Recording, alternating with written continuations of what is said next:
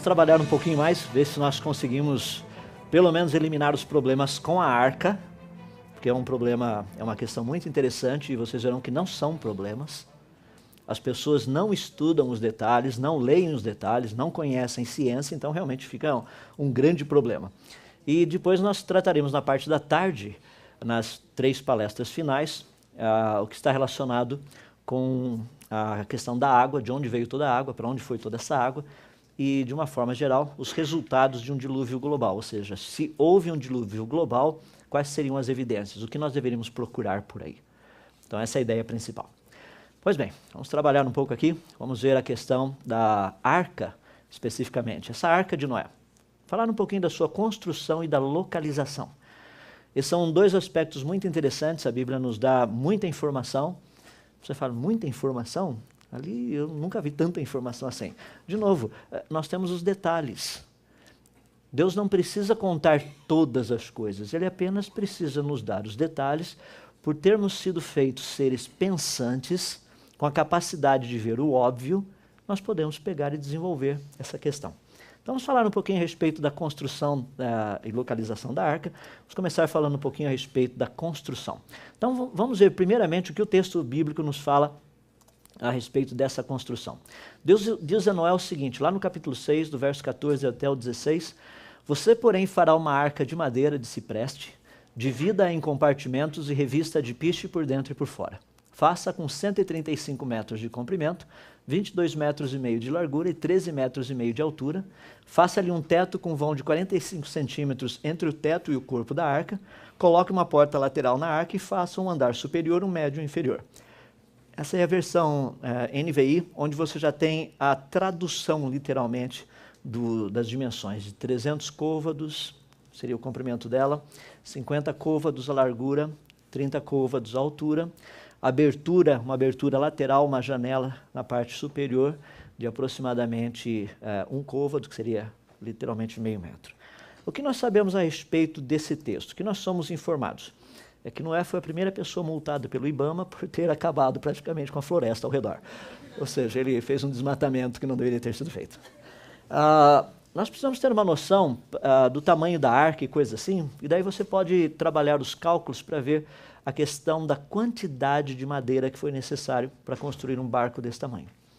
Eu vou apenas dar as ideias gerais por questão de tempo, nós não temos como entrar em todos os detalhes, então vou tratar das partes fundamentais. Primeiro, quando nós pensamos em termos da arca, nós precisamos ter uma noção do que estaria acontecendo. A arca seria praticamente um tipo de uma caixa. As pessoas falam, não, mas ela precisaria ter um bico e coisa assim. Não necessariamente, porque o alvo de Noé era flutuar. Noé não estava saindo de um lugar indo para outro lugar, ele apenas queria flutuar.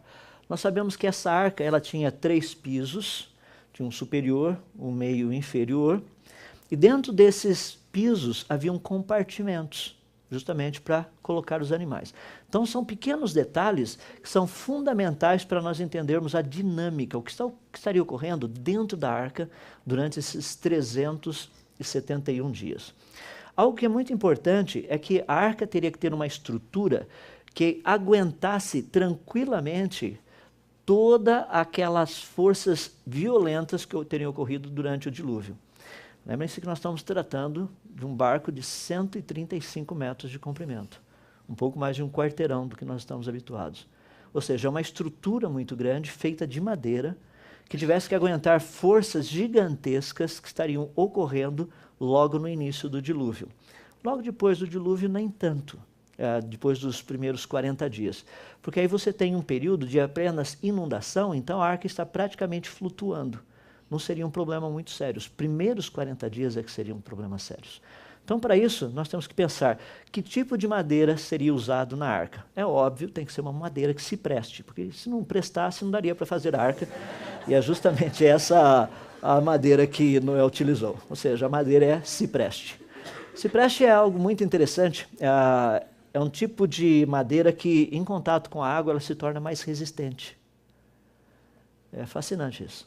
Quando você observa aqueles filmes mais antigos, lá de faroeste americano, você percebe aqueles trens a vapor e tinha umas caixas d'água gigantescas na beira, feitas de madeira, é cipreste. Por quê? A água dentro não faria com que ela apodrecesse, ela ganha resistência. Então é uma madeira apropriada para a construção de barco. Perceba os detalhes. Deus simplesmente não disse, faça uma madeira, pega umas tábuas por aí. Não, ele dá o tipo de madeira, você vai usar esse tipo de madeira. Tanto é que a palavra que é utilizada é essa palavra gopher, no hebraico. Ela é de uma origem desconhecida, mas os estudiosos judeus, todos eles dizem que essa gopher, essa árvore, é o que nós hoje chamamos de cipreste. É um tipo de árvore muito comum no planeta todo. Então a questão da madeira utilizada não é um problema. O problema maior é o sistema de impermeabilização da arca. Esse cria um pouco de problema. Por quê? A pergunta é qual tipo de impermeabilizante foi usado ou teria sido utilizado para calafetar a arca. Nós temos algo muito interessante, que é o seguinte. Deus diz, faz uma arca de tábuas de cipreste, nela farás compartimentos e o calafetarás com betume, por dentro e por fora. Essa é a palavra que está ali. Só que a palavra betume, que foi traduzida como betumer, é a palavra kofer, no hebraico. Essa é uma palavra muito interessante. Por quê? Nós temos um pequeno probleminha com a tradução dessa palavra. Porque se foi usado betume, betume é uma substância cancerígena. Se Noé tivesse literalmente colocado betume por dentro e por fora da arca, ficado lá ele e os animais 371 dias, você teria um problema seríssimo no que diz respeito à saúde, tanto de Noé quanto dos animais. E essas palavras que são usadas para impermeabilização, ou seja, se a palavra fosse tanto chamar ou zefeth, qualquer uma das duas, daí sim a tradução, sem sombra de dúvida, seria betume. É aquilo que nós conhecemos também como piche, o asfalto, então alcatrão. Mas a palavra que foi usada ali não foi betume. A palavra que foi usada ali não foi nem chamar, nem zefeth, nenhuma das duas. Essa palavra é muito interessante, porque a palavra kofer, ela tem uma ligação direta com um tipo de planta extremamente conhecida no Oriente Médio, que é a rena. Esse foi um estudo produzido por um amigo meu, Marcos. Ele fez um trabalho espetacular, foi publicado numa revista chamada Fides Reformata, tratando especificamente desse tema. Então vale a pena, se você quiser depois, dê uma procuradinha lá na Fides Reformata a respeito do material utilizado na impermeabilização da arca. Essa palavra kofer, portanto, ela está associada diretamente à rena, que é uma planta, é o que vocês estão vendo ali, a Lawsonia inermis, é uma planta com algumas características bem interessantes. Primeiro, talvez eu acho que a mais conhecida de todos é a tatuagem rena que todo mundo fala por aí. Tá? Essa é a principal delas. Porque é a pigmentação. Mas tem dois aspectos que são muito importantes. É que essa rena tem sido utilizada desde a antiguidade por suas características medicinais. É um poderoso agente contra bactérias, micróbios de uma forma geral. Ou seja, é o que precisaria para manter uma arca inteiramente higienizada, digamos assim, por um período tão longo de tempo. Não somente isso, ela produz um aroma extremamente agradável. Noé não precisa nem ligar aqueles negocinhos na tomada para ter aquele cheiro agradável dentro da arca, porque o próprio sistema utilizado para calafetar a arca produziria isso. E o mais interessante é que a rena possui uma capacidade altíssima de impermeabilização. Ou seja, a palavra kofer, que nós conhecemos, ela está diretamente ligada com esse tipo de calafetagem, não com betume, piche. Eu, por muitos anos, aceitei a ideia do piche, eu não tinha conhecimento a respeito de todas essas coisas, até que surgiu o problema que eu comecei a estudar as características do piche, e eu percebi que ele era cancerígeno. Eu falei, agora nós temos um pequeno probleminha, vamos pesquisar um pouco mais a respeito disso. E, graciosamente, o Marcos Cesaretti fez um trabalho espetacular a respeito disso, tratando especificamente dos detalhes, indo atrás de toda a informação, que nos dá uma capacidade de entender o que aconteceu. Portanto, nós temos, de uma forma básica, material utilizado, tipo de madeira corretamente, o tipo de impermeabilizante também. Então, vamos tratar um pouquinho mais da arca, de uma forma geral. Eu quero passar apenas algumas ideias básicas. A arca, o propósito principal dela era apenas de flutuação e não de navegação. Pessoas têm um pouco de dificuldade de entender essa questão. Por quê? Quando nós pensamos em arca, a primeira coisa que vem à mente é um navio. O alvo não era viajar, não estava saindo para um cruise com os animais. Eles queriam flutuar apenas. Esse era o alvo principal. E um sistema de flutuação ideal é um sistema como esse da arca.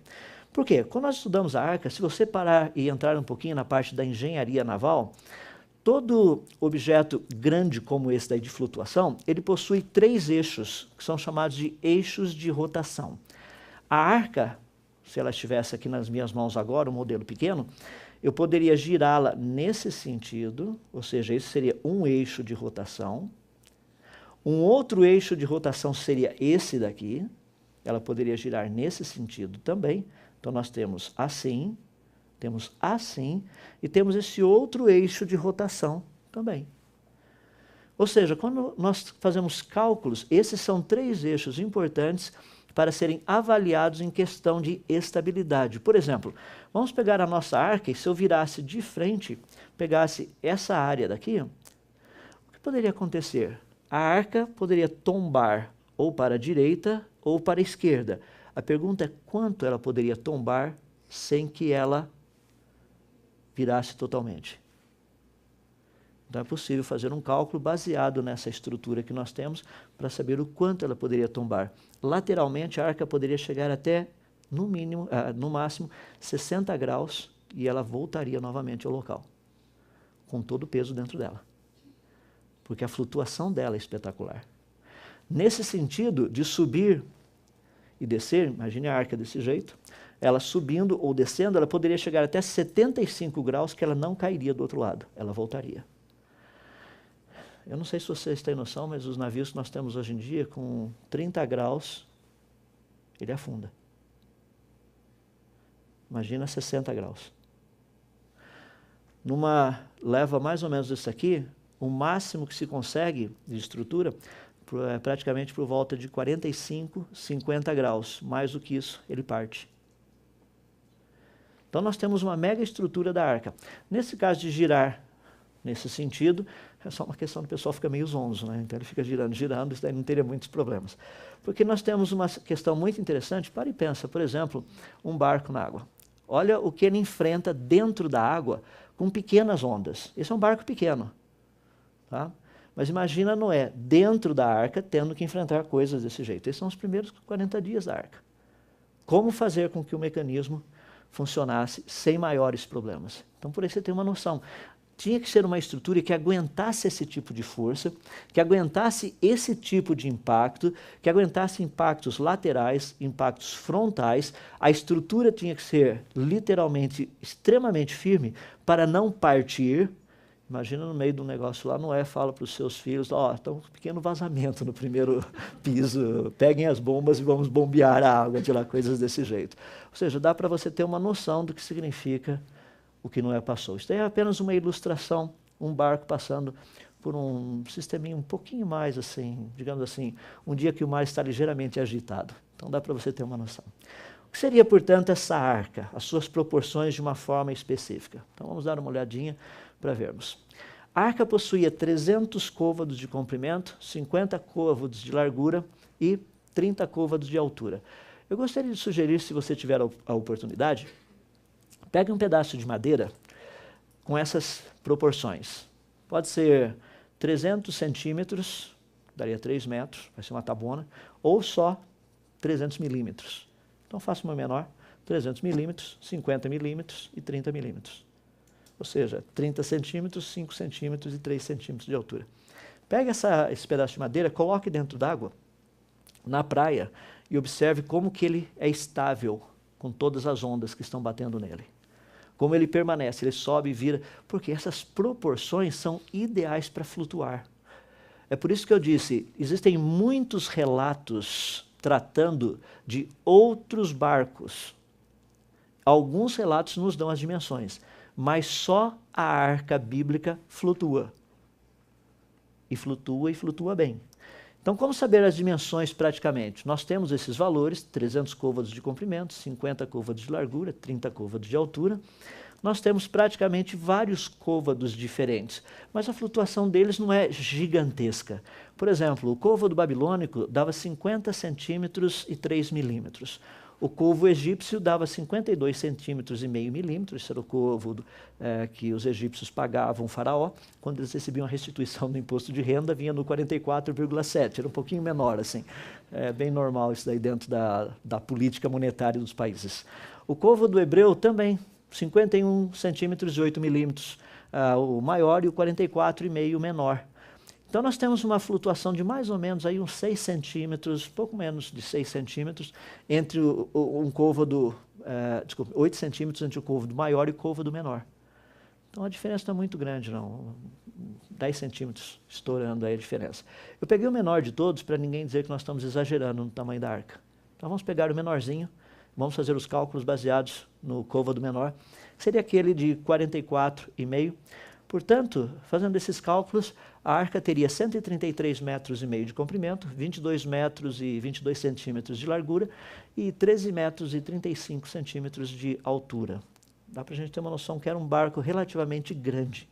Para entender o tamanho dele, apenas alguns barcos em termos de comparação.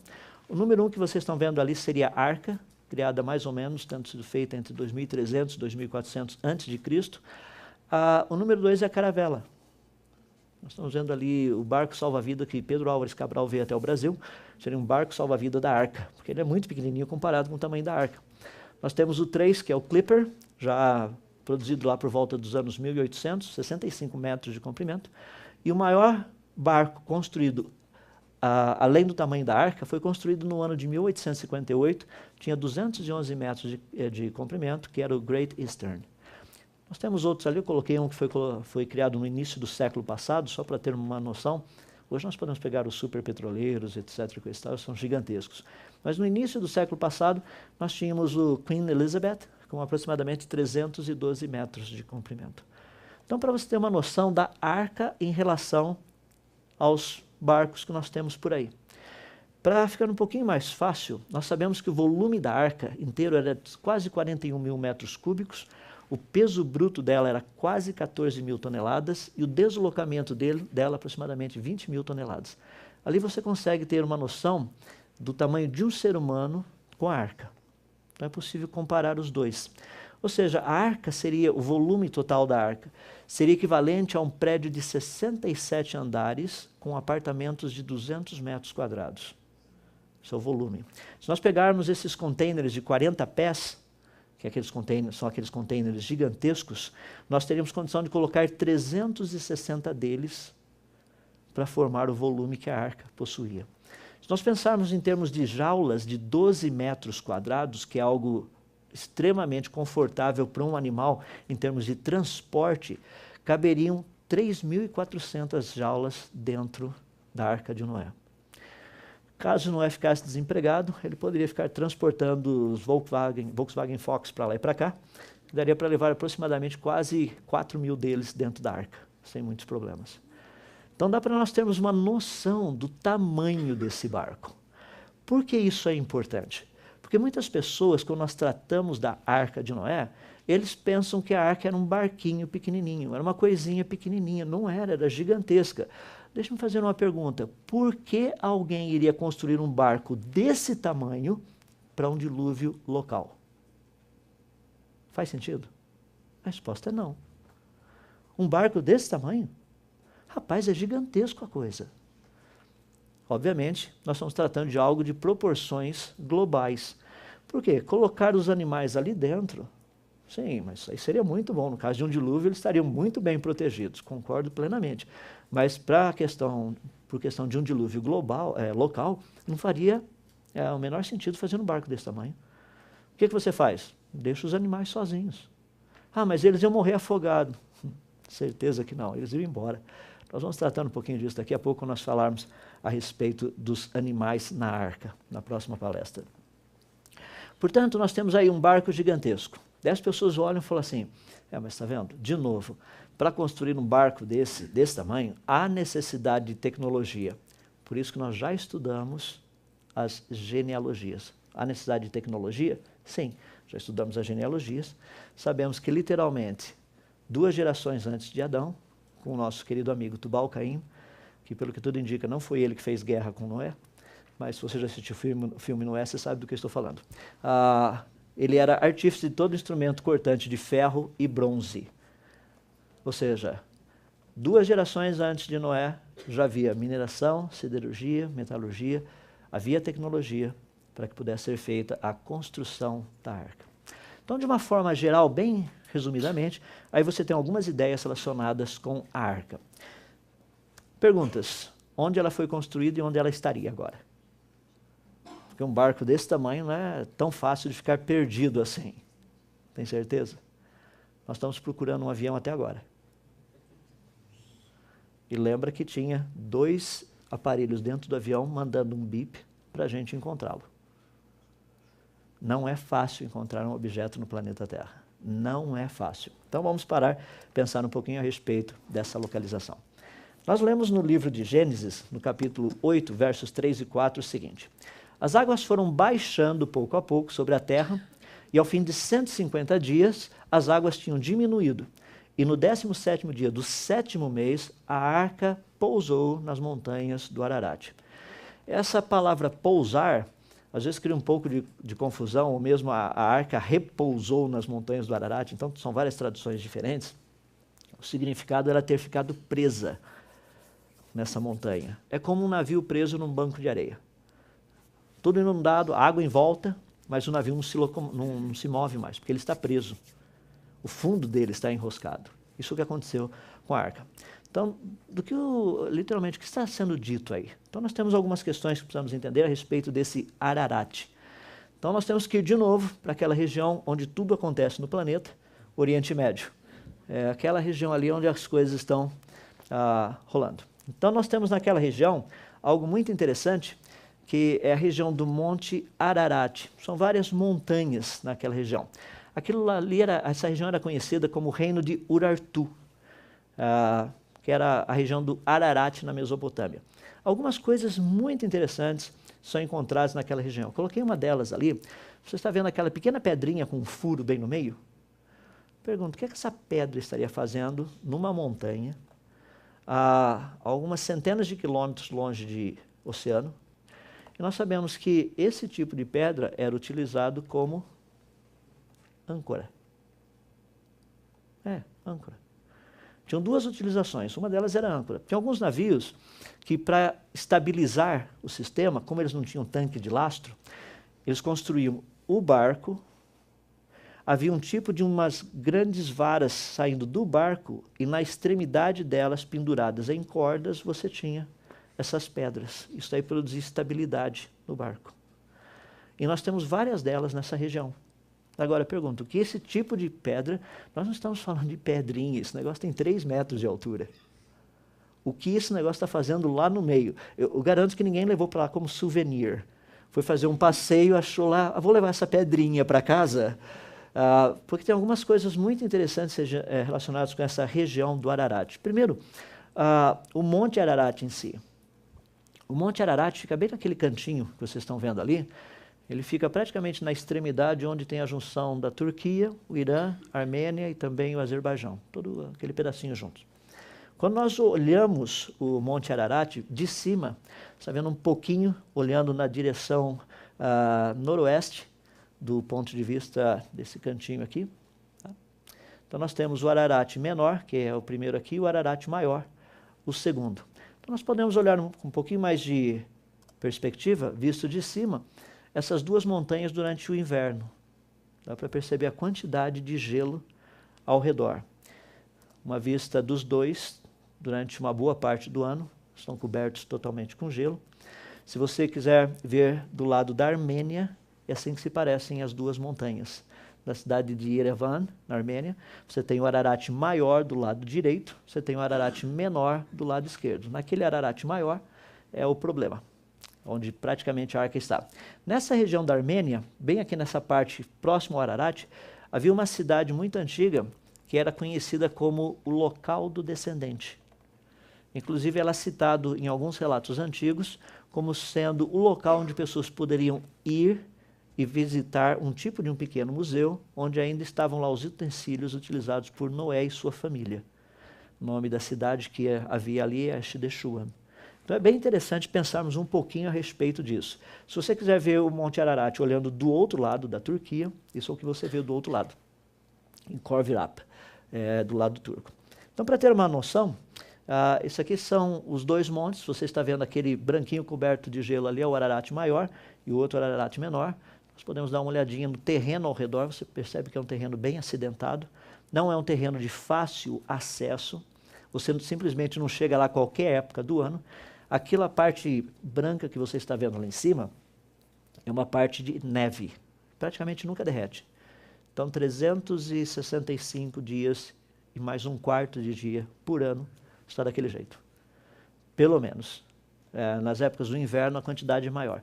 A espessura do gelo nessa região chega até 13 metros de profundidade. 13 metros de gelo.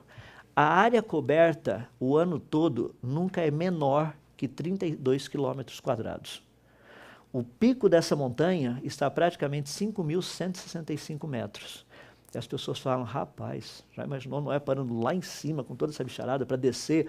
Devia ter gelo para tudo quanto é lugar, sai escorregando. A montanha é assim hoje. Lembra que as águas estavam abaixando logo após o dilúvio, não tinha gelo ali em cima, o planeta Terra está passando por mudanças. Nós vamos estudar um pouquinho a respeito dessas mudanças e o tempo que foi necessário para isso ocorrer.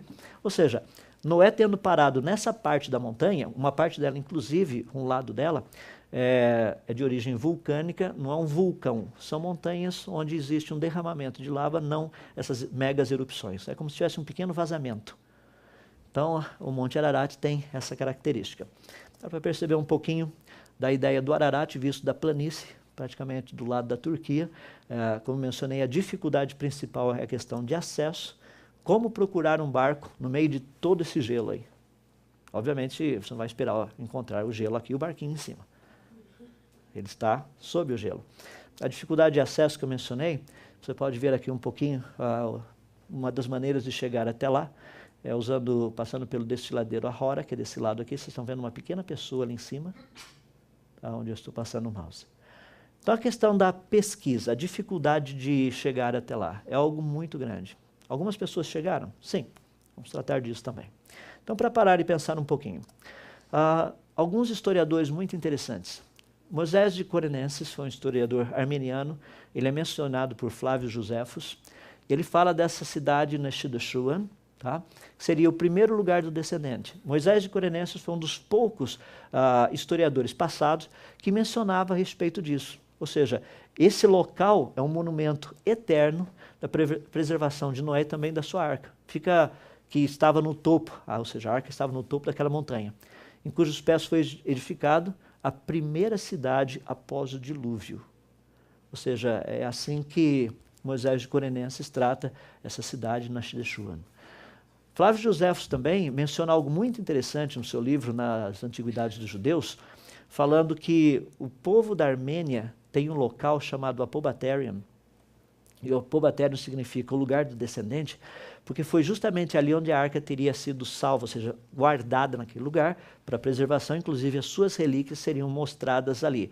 Agora, Flávio Josefos está falando de um local na sua época, nós estamos falando do primeiro século, tá?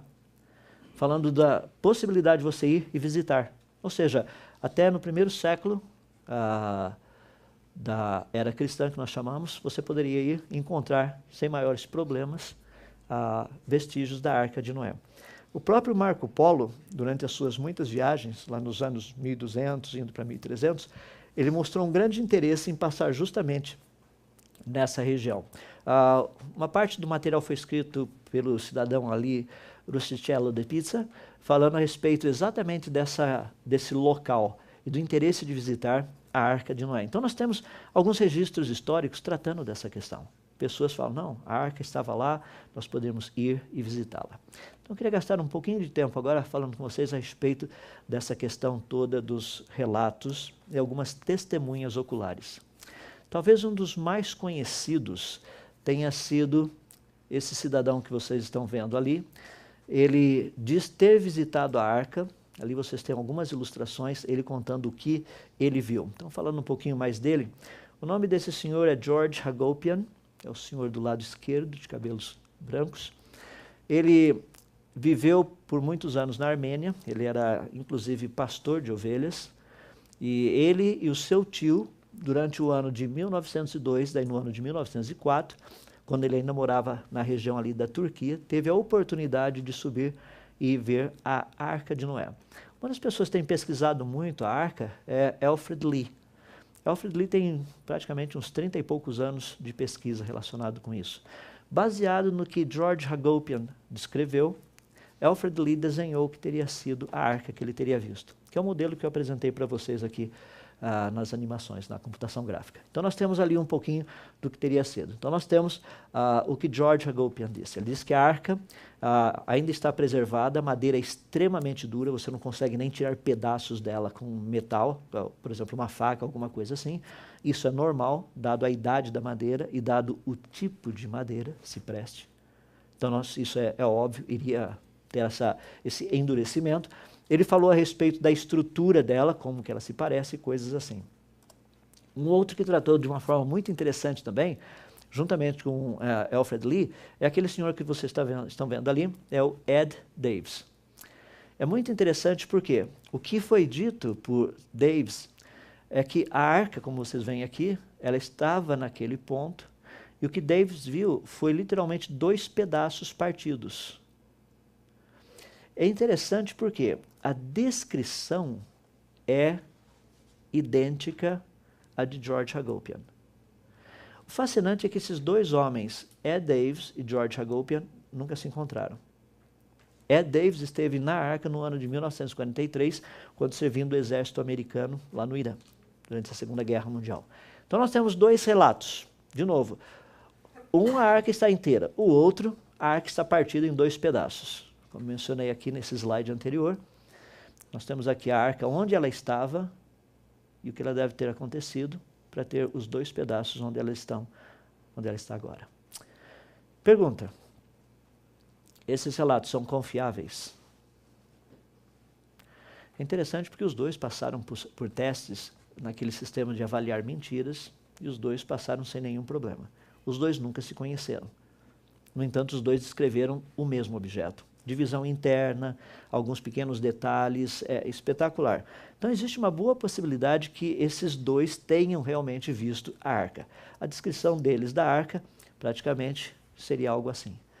Então esse é um modelo que foi desenvolvido baseado nessas 2 pessoas que dizem ter sido testemunhas oculares. Além desses 2, nós temos ainda outras pessoas? Nós temos várias. Deixe-me dar algumas ideias, alguns deles aqui, só para você ter uma noção.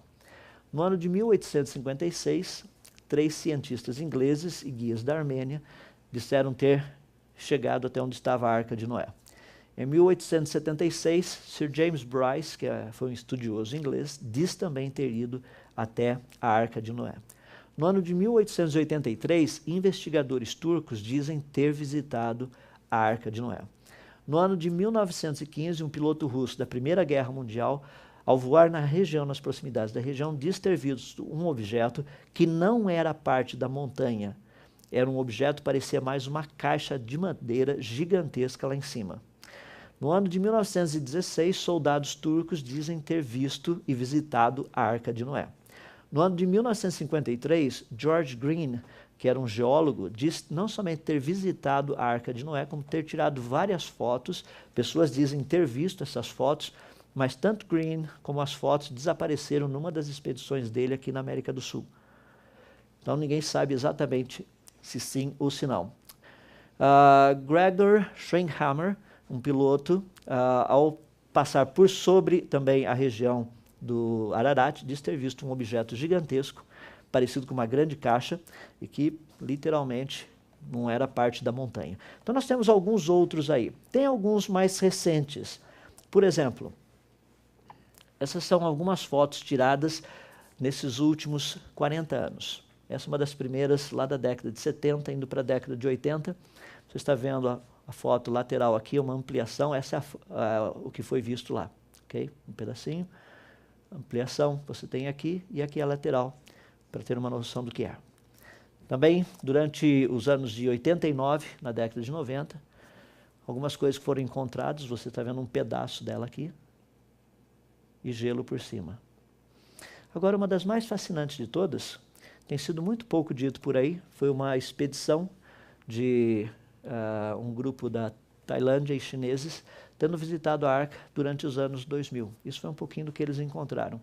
Interessante porque está muito bem documentado esse material. O que eles viram, o que eles encontraram, os tamanhos, as estruturas.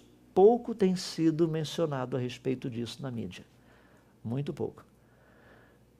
Agora, tem muito mais para ser dito a respeito? Tem. Estou aguardando um pouco mais de informação. Vamos ver quando os detalhes todos estiverem prontos, para a gente poder dizer com grande grau pelo menos de certeza, de confiança, que sim, o que eles viram foi a arca.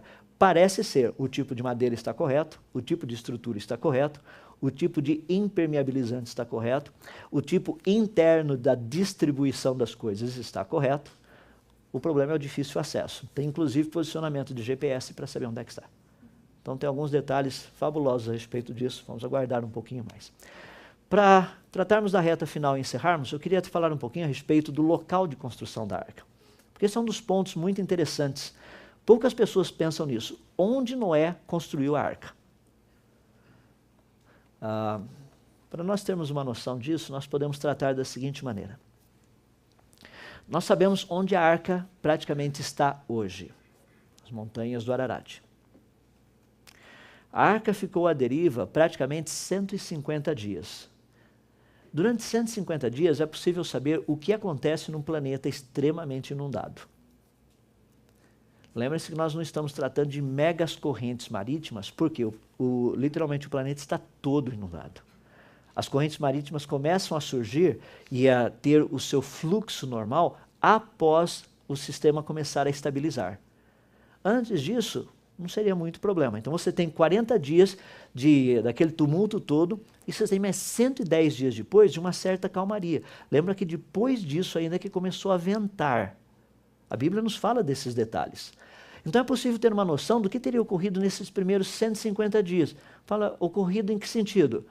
Se nós pegarmos onde a arca está, Montanha dos Ararates, as montanhas do Ararat, e traçarmos círculos concêntricos, nós podemos ter uma noção dentro desses círculos onde a arca teria sido construída. Por quê?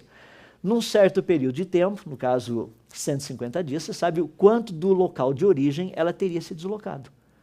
Então, ao olharmos aquele pequeno mapa que vocês estão vendo ali, os círculos estão divididos mais ou menos em 500 quilômetros cada um deles.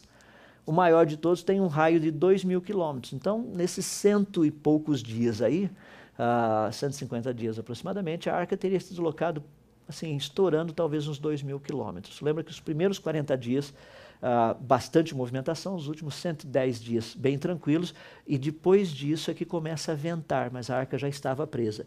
Se tivesse o vento antes, o que eu acabei de dizer agora não faria sentido. Ela poderia ter parado em qualquer lugar do planeta. Quer dizer, ela poderia ter sido construída em qualquer lugar do planeta. Porque ventos laterais iriam empurrar literalmente a arca para locais muito distantes do seu ponto de origem. Nós sabemos disso. Porque com correntes marítimas, esse é o tipo de coisa que acontece. Vocês se lembram da tsunami que ocorreu no Japão, esses últimos anos, a questão de 2, 3 anos atrás? Uma motocicleta, a Harley Davidson, apareceu boiando lá no Alasca. Foi muito interessante. A pessoa que a encontrou na praia estava ligeiramente danificada depois de um tempinho no oceano, mas você fala, mas como é que ela flutuou?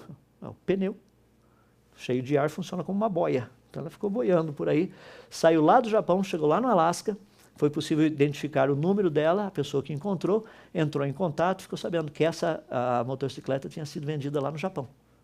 Inclusive contactou o dono e ele foi buscá-la. Então dá para ter uma noção do que acontece num período muito longo e num período curto de apenas alguns poucos dias também. Então nós sabemos que foi dentro daquele círculo onde praticamente havia sido construído a arca. Olha que coisa espetacular. Esse é o mapa mundi de hoje. Como seria o mapa mundi da época de Noé? Lembra que nós já afirmamos que Noé tinha apenas, né, na época de Noé havia apenas um continente. Então, dentro desse um continente, é possível termos uma noção onde está isso hoje, traçarmos nesse um continente e nós estaríamos naquele pontinho ali no meio. Você fala, rapaz, mas Noé construiu a arca no meio do nada. Seria mais ou menos assim, Deus fala, olha, eu quero que você construa uma grande arca, porque nós teremos um grande dilúvio no planeta Terra. Você fala, pois não, Senhor Deus, estamos próximos aqui do litoral, nós vamos ali já aproveitar o Porto de Santos, vamos construir ali, aqui Caraguatatuba, o Ilhabela, já vamos construir a arca ali perto. Deus fala, não, vocês não vão construir lá. O senhor tem preferência, Senhor Deus? Sim, eu tenho preferência. Por favor, construam lá no meio do Mato Grosso. Perto de algum rio, Senhor Deus? Não, de preferência longe de rio. Senhor Deus, construiu uma arca, um barco desse tamanho, não é para colocar na água. Deus fala, você constrói a arca que a água eu providencio depois. Vamos por etapa. A arca é problema meu, não é seu. Quer dizer, a água é problema meu, não é seu. Você constrói a arca apenas. É fascinante porque Noé construiu num local muito distante daquilo que nós vamos ver nas próximas palestras, que foram as áreas de fratura, de ruptura da crosta terrestre, onde uma pressão muito grande da água teria destruído a arca. Ela foi construída longe dessa área. Seria mais ou menos, para você entender o que eu estou lhe dizendo, como se nós tivéssemos a seguinte situação. Aqui nós temos a usina hidrelétrica de Itaipu, e você mora 1 quilômetro da usina, rio abaixo. Imagina que a barragem cedesse. O que aconteceria com você morando a 1 quilômetro de distância? Literalmente você iria por água abaixo. Ou seja, a possibilidade de sobrevivência, zero. Imagina que você vivesse 10 quilômetros rio abaixo.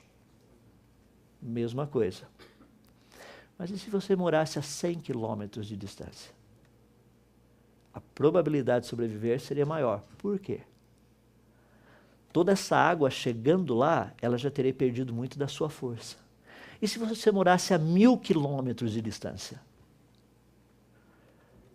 Talvez nem soubesse o que tinha acontecido. Exatamente, talvez você nem soubesse o que teria acontecido. Ia chegar uma marolinha, como nós já ouvimos aí no passado, passando ali por perto de você. Nada mais do que isso, apenas isso. Noé construiu a arca num lugar extremamente distante. Existe uma razão para isso. É porque muitas pessoas acreditam que o dilúvio foi apenas chuva. E não foi. Quando nós entendemos o que foi esse dilúvio, faz sentido onde Noé construiu a arca. Portanto, a arca não foi construída nas proximidades do oceano primitivo da Pantalassa. Existe uma razão para isso. Nós vamos trabalhar especificamente a respeito desses detalhes nas últimas 3 palestras. Por que disso? Na próxima palestra nós vamos tratar especificamente da questão dos animais na arca, porque é um problema sério. Nós temos hoje cerca de 1.250.000 espécies. Como colocá-los na arca? 2 de cada espécie. Então, esse será o tema da nossa próxima palestra, logo após o nosso intervalo.